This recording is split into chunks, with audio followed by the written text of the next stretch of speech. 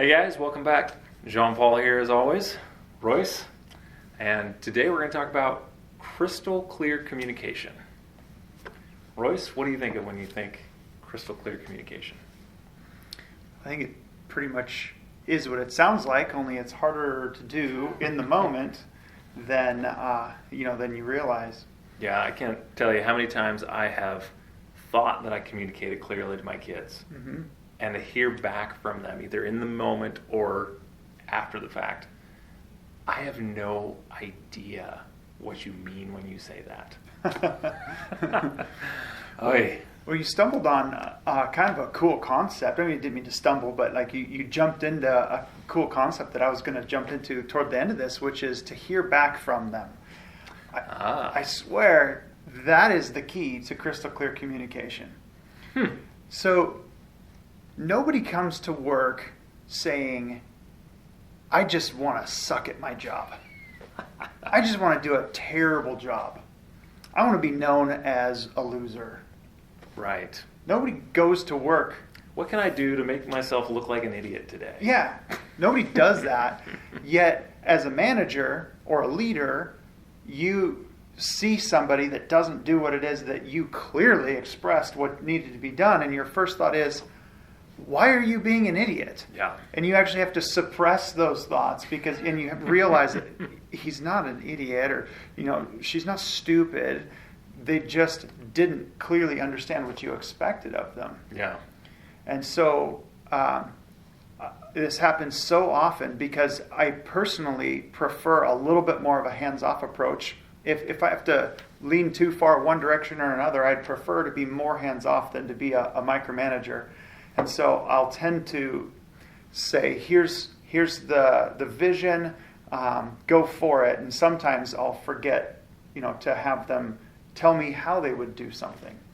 And to get them to repeat back to me what it is I thought that I said to them often tells both of you what actually was heard. Yeah, it's one of my most favorite tools right now in life is questions. And I'm seeing the dynamic where as leaders we need to be asking questions of those that we are leading to whatever degree, right? We're not just talking official leadership, but when you're communicating with somebody, asking questions is so helpful. But I'm thinking back and going, I was somebody who always prided myself on, all right, I'm just going to be that guy that kind of figures this out and does the best job possible. And it caused me to become really good in certain ways. But man, there are so many areas where I essentially sucked because I didn't step up, ask the clarifying questions that needed to be asked. Yeah. It's like, that goes back to the Jocko Willink leading up and down the chain of command. Yeah. So not only do you have to express your vision well, and make sure that the expectations are clear, but you also have to do that going up as well and say, I need to know that where I'm going, because I see the vision, we're going this way, I want to get to this point, I need to know that that's where you actually want me to go. Yeah. And I see these pitfalls, this is how I plan to deal with them. If this comes up, I need to know that you approve of that plan, depending on obviously what your situation is. Yeah, well, something that we've both said a couple of times is, how everybody's leading to some degree or another. And that whole concept of leading up and down the chain of command. Like the fact that even if you are a low guy on the totem pole, you are still leading by your interaction and your communication with those above you in the chain of command is so valuable and key. And you learn to do that well, that's going to have an impact because eventually at some point you will be turning around and leading somebody else. Yeah, and how much does your boss or your superior, whoever's leading you, feel like they can let you be free to do whatever it is you need to do when you've already asked those clarifying questions?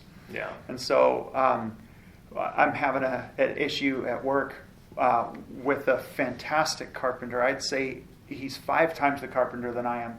On his lunch break, you'll catch him watching videos on fine carpentry and some different. He's just so into it, so incredible. And yet, I express a vision of what I want to see happen, and then it doesn't happen correctly. Well, whose fault is that? He's a better carpenter than me, so it's obviously my fault. Yeah. But it's it's both of us need to be asking questions and making sure. And sometimes, especially when you're leading somebody who's better than you, you often tend to be a little bit more hands-off than you should be, instead of saying, this is what I expect. Think back to a time when you were told to do a job and you thought you knew what the person wanted, and you thought you turned over an incredible project or product or whatever it is, and it turns out they picked it apart. And you're like, if you would have just told me what you wanted, Right. I would have been more than happy to do it right. Yeah. I did it right, but not your right.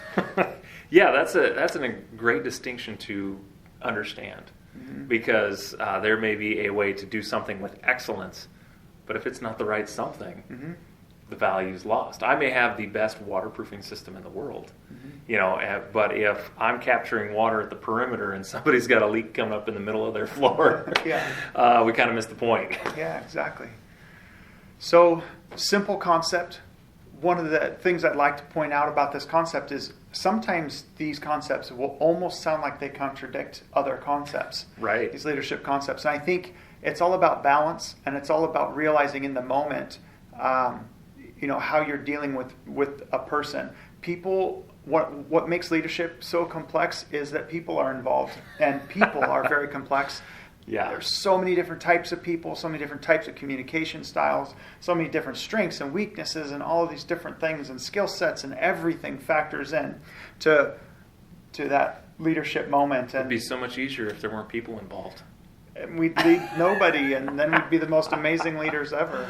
Right. Well, hey, before we sign off, I was thinking about this. Questions are so helpful, and Why are questions helpful? Good question, Royce. Why do you ask? Oh, wow. This could go on forever. But I did want to end just asking you, what's one, I know there are a ton of key questions. What's one key question that pops in your mind? You've got to phrase it well, but ultimately the question is, repeat back to me what I just told you. Gotcha. It doesn't have to be so binary and so cold, Sure.